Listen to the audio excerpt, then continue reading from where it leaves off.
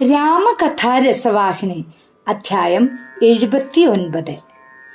അംഗദന്റെ പ്രകടനത്തിൽ രാവണൻ ലജ്ജയ്ക്കും ഭയത്തിനും അധീനനായി അന്തഃപുരത്തിലേക്ക് പ്രവേശിച്ചു. വിളറിയതും വിഷണ്ണവുമായ രാവണന്റെ ഭാവം മണ്ഡോദരി മനസ്സിലാക്കി. അവൾ പറഞ്ഞു, അവസാനമായി ഇപ്പോഴെങ്കിലും അങ്ങയുടെ ബുദ്ധിശൂന്യമായ മർക്കടമുഷ്ടി ഉപേക്ഷിക്കൂ. രാമനോട് വളർത്തുന്ന ശത്രുത്വം രാജ്യത്തിന് തന്നെ ആപൽക്കരമായിരിക്കും. ലക്ഷ്മണൻ വരച്ച വരയ്ക്കപ്പുറം കടക്കാൻ അങ്ങേക്ക് കഴിഞ്ഞില്ല. അപ്പോൾ എങ്ങനെ അങ്ങേക്ക് അവരെ യുദ്ധത്തിൽ തോൽപ്പിക്കാനാവും? അവരുടെ മുമ്പിൽ അങ്ങയുടെ ശക്തിയും പരാക്രമവുമെല്ലാം വെറും ഉണക്ക ഇലകളാണ്. അവർ അയച്ച ദൂതന്മാരെ കീഴടക്കാൻ പോലും അങ്ങയുടെ അനുയായികൾക്ക് കഴിഞ്ഞില്ല. അങ്ങനെയിരിക്കെ കോടിക്കണക്കിനുള്ള വാനരന്മാരുമായി അവർ ഈ രാജ്യം ആക്രമിക്കുമ്പോൾ അങ്ങേക്ക് അവരെ കീഴടക്കുവാൻ എങ്ങനെ സാധിക്കുക? അംഗദന്റെ കാലടികൾ ഒരു രോമത്തിനിട പോലും നീക്കുവാൻ അങ്ങേക്ക് കഴിഞ്ഞില്ല. എന്നിട്ടും അത്തരം കോടിക്കണക്ക് വാനരന്മാരെ പിടിച്ചു കെട്ടാമെന്ന് പ്രതീക്ഷിക്കുന്നു. ഇതുവരെ ഇത്രയും അനുഭവങ്ങളെല്ലാം ഉണ്ടായിട്ടും ഇനിയും പഴയ തീരുമാനത്തിൽ തന്നെ മുറുകെ പിടിക്കുന്നത് കാണുമ്പോൾ വേദന തോന്നുന്നു. നമ്മുടെ പുത്രൻ കൊല്ലപ്പെട്ടു. ലങ്കാനഗരി ഒരു പിടിച്ചാരമാക്കി. അങ്ങയുടെ ക്രീഡാവനത്തിലെ വൃക്ഷലതാദികളെല്ലാം വേരോടെ പിഴുതെടുത്തെറിഞ്ഞു താറുമാറാക്കി. എണ്ണമറ്റ രാക്ഷസന്മാരെ പന്തുകൾ കണക്കെ പൊക്കിയെറിഞ്ഞു. അവർ നിലത്തടിച്ചു വീണു ചത്തു. ആ സമയത്തെല്ലാം അങ്ങയുടെ പരാക്രമവും വൈദഗ്ധ്യവും ഉറക്കത്തിൽ ലയിച്ചിരിക്കുകയായിരുന്നുവോ? വാക്കുകൾ കൊണ്ടൊന്നും ഈ വാനന്മാരെ കീഴടക്കുവാൻ സാധിക്കുകയില്ല സ്വാമി. മണ്ഡോദരി തുടർന്നു, ഈ വാക്കുകൾ പറഞ്ഞതിന് എന്നോട് ക്ഷമിക്കൂ. രാമനെ വെറും മനുഷ്യനായി ഗണിച്ചപ്പോൾ അങ്ങേക്ക് വലിയ തെറ്റുപറ്റി. അവിടുന്ന് പ്രപഞ്ചത്തിന്റെ അധിപനാണ്, അജയനായ വീരനുമാണ്. അദ്ദേഹത്തിന്റെ പരാക്രമത്തിന്റെയും ശക്തിയുടെയും പ്രവർത്തന പരിധി അങ്ങേക്കറിയാമല്ലോ, ഇല്ലേ? അംഗദൻ വിവരിച്ച വസ്തുതകൾ ശാന്തമായി മനസ്സിൽ സ്മരിക്കുക.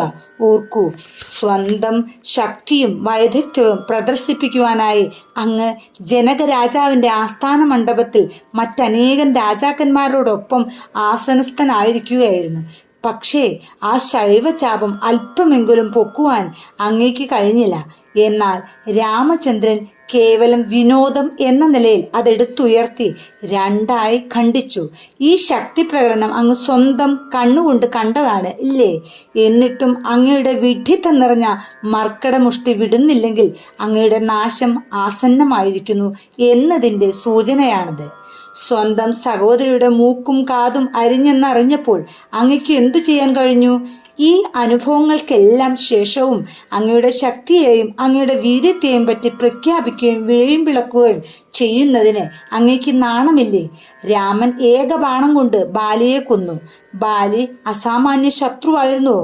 അങ്ങനെയുള്ള രാമൻ വാനര സൈന്യങ്ങളുമായി ഇപ്പോൾ വന്ന് സുബേലാചലത്തിൽ താവളമടിച്ചിരിക്കുകയാണ്. നീതിയുടെയും ധർമ്മത്തിൻ്റെയും മൂർത്തിമത് ഭാവമാണ് രാമൻ.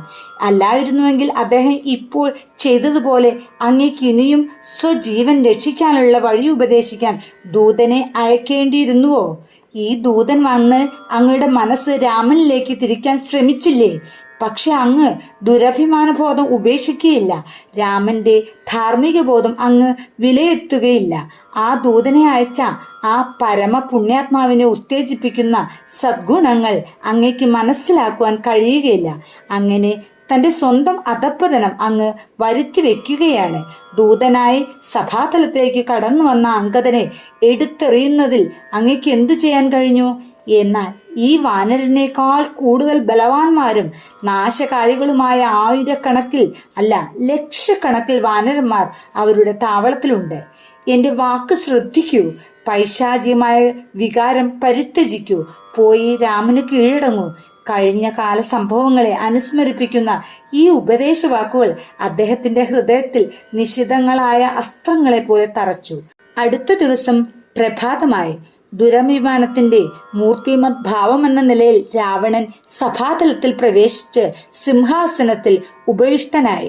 അംഗദന്റെയും മണ്ഡോദരിയുടെയും വാക്കുകൾ രാവണന്റെ തലയിൽ അതിവേഗത്തിലും ക്രോധത്തോടു കൂടിയും തിരിഞ്ഞുകൊണ്ടിരുന്നു. ആസൂത്രണങ്ങൾ, ഭയങ്ങൾ, പദ്ധതികൾ, ആരോപണങ്ങൾ എന്നിവ അദ്ദേഹത്തിന്റെ ഉള്ളിൽ ആകാശവും ഭൂമിയും ഭ്രമണം ചെയ്യുന്നത് പോലെ ചുറ്റിത്തിരിഞ്ഞുകൊണ്ടിരുന്നു. പക്ഷേ അവയിലൊന്നും തന്നെ ശരിയായ മാർഗത്തിലുള്ളതായിരുന്നില്ല. കാരണം രാക്ഷസ വംശത്തിന്റെ വിനാശം അടുത്തു വരികയായിരുന്നു. രാവണൻ വിദ്യുജിഹാൻ എന്ന രാക്ഷസനെ വിളിച്ചു പറഞ്ഞു, നിന്റെ ജാലവിദ്യ വൈദഗ്ധ്യം ഉപയോഗിച്ച് രാമന്റെ ശിരസും വില്ലും അമ്പുകളും എൻ്റെ മുമ്പാകെ കൊണ്ടുവരിക. അവ കണ്ടാൽ ശരിയാണെന്ന് സീത വിശ്വസിക്കണം. അവൾ ദുഃഖനിമഗ്നയാവണം. വിദ്യുജിഹൻ അപ്പോൾ തന്നെ സ്വസ്ഥാനത്ത് നിന്ന് എഴുന്നേറ്റ് പുറത്തുപോയി. അവൻ രാമന്റെ ചാപബാണങ്ങളുടെയും ശിരസിന്റെയും ശരിപ്പകർപ്പ് ഉണ്ടാക്കിക്കൊണ്ടുവന്നു. അവയുടെ നിർമ്മിതിയിൽ കണ്ട രൂപസാദൃശ്യം രാവണനെ സന്തുഷ്ടനാക്കി. അവയുമെടുത്ത് രാവണൻ തന്നെ സീതയെ തടവിൽ വെച്ചിരുന്ന അശോകവനത്തിലേക്ക് പോയി. അവ ദേവിയുടെ മുമ്പിൽ പിടിച്ചുകൊണ്ട് രാവണൻ പറഞ്ഞു, സീതയെ നോക്കൂ, നീ അഹോരാത്രം സ്തുതിക്കുകയും ആശിച്ചു പരിതപിക്കുകയും ചെയ്യുന്ന ആ മനുഷ്യന്റെ തലയും ചാപബാണങ്ങളും ഞാൻ വാനരവംശത്തെ സമൂലം നശിപ്പിച്ചിരിക്കുന്നു. ഇതെല്ലാം ശരിയായി സംഭവിച്ചതാണെന്ന് നിന്നെ ബോധ്യപ്പെടുത്താൻ വേണ്ടിയാണ് ഈ ശിരസും വില്ലും അമ്പുകളും നിന്റെ മുമ്പിൽ കൊണ്ടുവന്നിട്ടുള്ളത്. രാവണൻ അവ സീതയുടെ മുമ്പിൽ വെച്ചു. ഒരു നിമിഷത്തേക്ക് സീത വ്യസനാക്രാന്തയായി. പക്ഷേ രാമന്റെ ശിരസിൽ തൊടാൻ 14 ലോകങ്ങളിലും ഒരാളുമില്ലെന്ന് സ്വയം സ്മരിച്ച് ഇത് തന്നെ ഭയപരവശനാക്കുവാനുള്ള നൂതനമായ സൂത്രമാണെന്ന് ദേവി മനസ്സിലാക്കി. അവർ ആ ഭീഷണിയെ തള്ളി മാറ്റി. രാവണ, തീർച്ചയായും നിന്റെ നാശകാലം ആസന്നമായി. അല്ലെങ്കിൽ ഇത്തരം ഗർഹണീയമായ ചിന്തകൾ നിന്നിൽ ഉണ്ടാവുമായിരുന്നില്ല. നിനക്ക് രാമനെ സമീപിക്കുവാൻ തന്നെ ധൈര്യമില്ല. അപ്പോൾ നിനക്കെങ്ങനെ അദ്ദേഹത്തെ വധിക്കാമെന്ന് പ്രതീക്ഷിക്കാൻ പോലും കഴിയുക? സ്വപ്നത്തിൽ പോലും നിനക്ക് ആ ആഗ്രഹം സാക്ഷാത്കരിക്കാൻ സാധ്യമല്ല. ഇതൊരു വൃത്തികെട്ട ജാലവിദ്യ മാത്രമാണ്. ഇതുകൊണ്ടൊന്നും എന്നെ വഞ്ചിക്കാനാവില്ല. ഇതിനിടയിൽ 4 ഭാഗത്തു നിന്നും ജയ ജയ രാമ, ജയ ജയ പ്രഭു എന്ന ഉദ്ഘോഷണം കേട്ടു തുടങ്ങി. എല്ലാ ഭാഗത്തു നിന്നും വാനരന്മാർ നഗരത്തിൽ കടന്നു കഴിഞ്ഞിരുന്നു. രാവണൻ തന്റെ രാജധാനിയിലേക്ക് ക്ഷണം പോയി. വിഭീഷണന്റെ ഭാര്യ സരമയെന്ന സത്വൃത്ത അപ്പോൾ സീതയുടെ സമീപം വന്നു. അവരെ ആശ്വസിപ്പിക്കുകയും സന്തോഷിപ്പിക്കുകയും ചെയ്തു.